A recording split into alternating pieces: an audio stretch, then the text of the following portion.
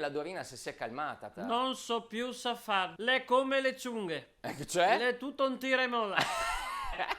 La sa inventare di fare un gruppo di WhatsApp e mettere dentro tutti quelli che fa le fila per vedersi la carta quel che cosa piace. Goito Dorina! Eccola! Goito! Ma perché non guardi tu la De Filippi come fare tutte quante, Goito? Chi ha messo in questo gruppo? Allora, sta attento che Sì. Nino Maggioretti.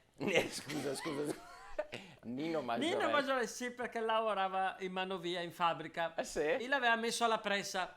Sì. E lui faceva... E poi ha detto sto poromo 40 anni in manovia che resta il ticket. Allora iniziamo Nino Maggioretti. Ok, ho capito. Dopo che Sì. Nello Stiramira. Nello Stiramira. Sì, e lavorava con Nino Maggioretti in fabbrica, solo che lui era la taglierina. E resta il ticket o calù così. Dopo che è Gino Pastamatic. E Gino Pastamatic. Sì, anche lui era un collega di chi altri due. Solo che lui era ai tocchi buoni, ai tocchi no, ai tocchi buoni, ai tocchi no. E che resta il ticchio anche lui. Dopo dovrebbe essere Pippo Maiorca. Pippo Maiorca. Sì, diciamo così per via dell'apnea notturna.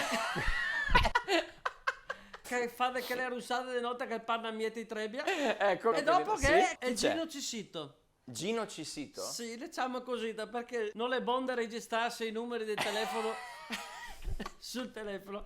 Allora che ti te lo chiami, che ti scrivi un messaggio e ti dice Cissito. E Cissito. Nel gruppo lui risponde sempre Cissito. Quello è il parone della fabbrica di